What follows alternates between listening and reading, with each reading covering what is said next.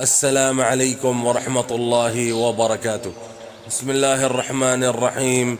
نحمده ونصلي على رسوله الكريم.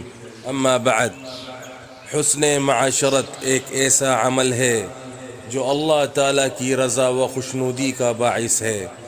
حسن معاشرت رکھنے والی کی زندگی آسان اور بابرکت ہو جاتی ہے۔ حسن معاشرت پسند شخص سے اس کے اہل خانہ، پڑوسی اور دیگر دوست و احباب اس کی سیرت و کردار سے مطمئن خوش ہو کر اس سے محبت کرنے لگتے ہیں۔ حسن معاشرت کی وجہ سے اجتماعی اور معاشرتی روابط و تعلقات میں پختگی اور پائیداری آتی ہے۔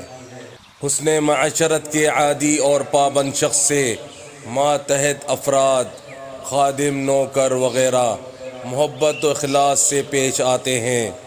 بالادست شخص کی حسن معاشرت سے زیر دست طبقہ خوش اور مطمئن ہو کر اپنی مقررہ ذمہ داری اور ڈیوٹی پوری یکسوئی اور دل لگی سے انجام دیتا ہے اور کام چوری سے بچتا ہے۔